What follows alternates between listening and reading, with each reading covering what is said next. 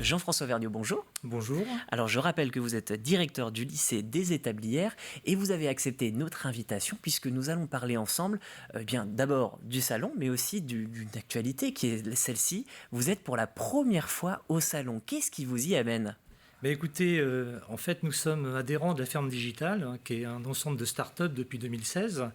Et puis le salon, c'est la nouveauté cette année, donc rouvre après 2 ans. Et puis, on nous a proposé donc, de participer sur un stand commun avec le groupe ESA.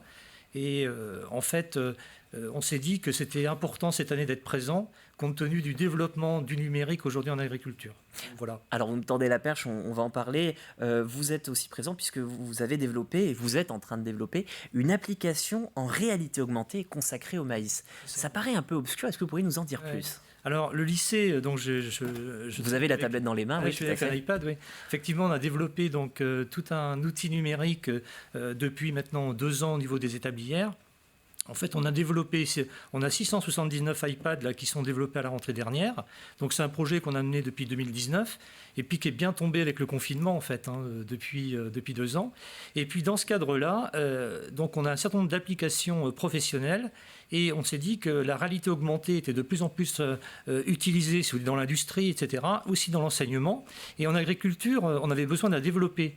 Et donc, on avait des applications qui étaient développées au niveau, par exemple, des États-Unis. Et on s'est associé cette année avec une start-up pour développer une application à réalité augmentée au niveau du maïs. Voilà. Mais qu'est-ce qu'elle va permettre concrètement, en fait, cette application ? Alors, ce qui est intéressant, c'est que alors les agronomes ou les biologistes, quand ils présentent en fait la plante, que ce soit du tournesol, du blé ou du maïs, donc ils vont montrer aux élèves comment s'alimente cette plante, comment se reproduit cette plante, et le fait de le voir en 3D, en réalité augmentée, c'est toujours plus intéressant, plus pédagogique, et les élèves se situent directement au niveau de la plante sur le studio, par exemple, on pourrait faire pousser un tournesol, et effectivement, c'est nettement plus intéressant pour expliquer en fait les phénomènes. Voilà. Donc c'est un outil pédagogique tout d'abord. Est-ce que c'est aussi à destination des agriculteurs ? Parce que c'est vrai que quand ça fait des années qu'on est dans le milieu, peut-être qu'on cherche des nouveaux outils. Est-ce que celui-ci peut les intéresser ? Alors complètement, parce que en fait, cette start-up avec laquelle on va travailler aujourd'hui ne développe pas, si vous voulez, d'applications dans le domaine agricole. Et c'était l'occasion de travailler avec eux, de s'associer avec eux, d'être présent sur le stand du salon, de présenter ça donc à partir de samedi, donc tous les jours. Et puis, ce qui est aussi intéressant, c'est d'associer des étudiants. Donc, on va associer un étudiant tous les jours, un du groupe ESA, donc de l'école d'ingénieurs, où ils ont donc un pôle de recherche, des étudiants de l'école des Établières. Donc, effectivement, ça va être très intéressant. Puis, on espère qu'on va pouvoir voir le président de la République samedi. Voilà. Je vous le souhaite, puisque voilà, comme vous le dites, c'est des sujets qui sont très importants, et ça nous permet d'élargir un petit peu, parce que on a l'impression que c'est vraiment la direction que prend le monde agricole, cette numérisation des outils et de plus en plus de robotique. C'est si important que ça d'en passer par là ? Complètement. Juste un petit historique. La Ferme Digitale, l'école des Établières, donc Hervé Pillot, notre président, qui est vraiment, si vous voulez, très au fait, et puis depuis longtemps, donc sur des sujets en lien avec le numérique. Donc dès 2016, l'école des Établières a adhéré à la Ferme Digitale. Et la Ferme Digitale, il y a 6 ans, c'était 5 startups et puis 35 salariés. Mmh. Et il y a 3 ans, quand ils sont sur le salon, il y avait 80 mètres carrés. Aujourd'hui, tenez-vous bien, c'est 600 mètres carrés. Oui, 600, oui. 65 startups, il y avait 35 salariés, il y en a 1600. Donc vous voyez, donc en fait, aujourd'hui, le monde agricole est l'un des secteurs où il y a le plus d'innovation en matière de numérique.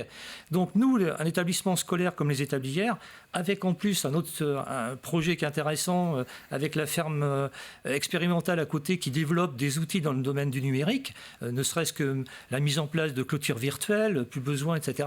Donc c'est tout cet ensemble-là qui fait qu'il faut qu'on y aille et puis qu'on développe des activités. Voilà. C'est quoi le besoin en fait ? C'est surtout d'enlever un peu de pénibilité au métier, l'aspect pédagogique que vous sembliez développer avec votre application, qu'est-ce qu'en fait on recherche pour le confort des agriculteurs, bien que en le disant ça répond un peu à la question. Ouais.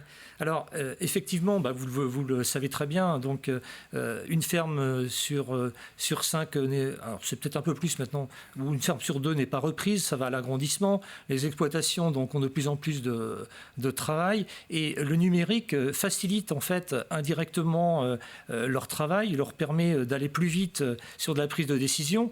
Alors c'est la robotique, hein, mais c'est aussi les data, donc toutes les données.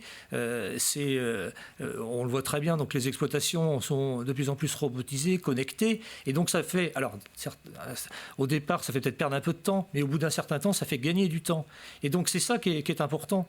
Et nous, au niveau des établissements scolaires, associé avec la Chambre régionale d'agriculture, on a tout intérêt à développer ces activités-là pour effectivement numériser, améliorer, aller vers de l'innovation en agriculture. C'est vrai que c'était une des priorités en fait du rapport paru en 2015, Agriculture Innovation 2025.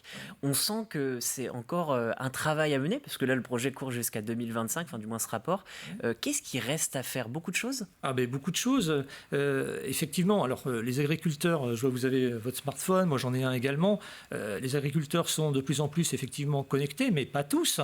Et nous, au sein des établissements, on se rend bien compte que nos élèves, ils sont tous nés avec l'ère du numérique, mais être né avec l'ère du numérique, ça veut dire aussi les utiliser. Donc, à bon escient, essayer de valoriser au maximum, etc. Et donc, il y a plein de choses à faire. On n'en est encore qu'au balbutiement, si vous voulez. Alors, même si je vous explique qu'il y a aujourd'hui 65 startups, etc., mais il y a vraiment beaucoup de choses à faire. Et on le voit, donc là, il y a tout un réseau de DigiFerm qui est mis en place au niveau national pour développer toutes ces activités-là en lien avec les agriculteurs. Donc, nous, établissement d'enseignement agricole, associé avec un groupe comme l'école d'ingénieurs, on a tout intérêt à être présent. Voilà. Oui. Puis comme vous le dites, c'est un secteur qui prend de plus en plus de place. Voilà, oui. En 2019, par exemple, il y avait 4000 applications dédiées à ça. Donc on se rend bien compte qu'il y a une vraie demande, mais aussi beaucoup de tractations, d'échanges. Et c'est pour ça aussi que vous aurez une conférence mercredi 2 mars à 10h. Quel sera l'objet de cette conférence? Alors, c'est justement de présenter l'innovation dans ce qu'on a appelé les métiers des agricultures. Et on parlait des métiers de l'agriculture, mais aujourd'hui, comme je viens de le citer, effectivement, on développe des outils numériques, on travaille sur les données. En fait, on s'est énormément diversifié au sein des métiers de l'agriculture. Donc, on va montrer aux jeunes aujourd'hui qu'en fait, il y a plein d'innovations. Nos métiers en agriculture, en fait, ils sont très intéressants. On manque énormément si vous voulez, de salariés aujourd'hui en agriculture. On est je ne sais combien de métiers en agriculture sont en tension. Donc nous, dans nos lycées agricoles, en fait, on leur montre en fait toute l'attractivité de ces métiers. Donc c'est d'où l'intérêt d'être présent au salon, d'aller vers le grand public et puis de leur montrer tout l'intérêt des métiers de l'agriculture, effectivement, ou des agricultures. Donc ça va être l'objet de la conférence.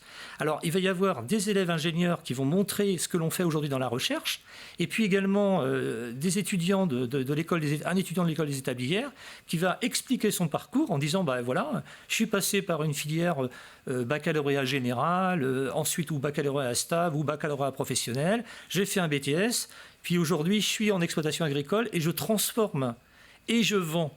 Et j'utilise au quotidien des applications pour être encore plus performant. C'est ça qu'on va montrer.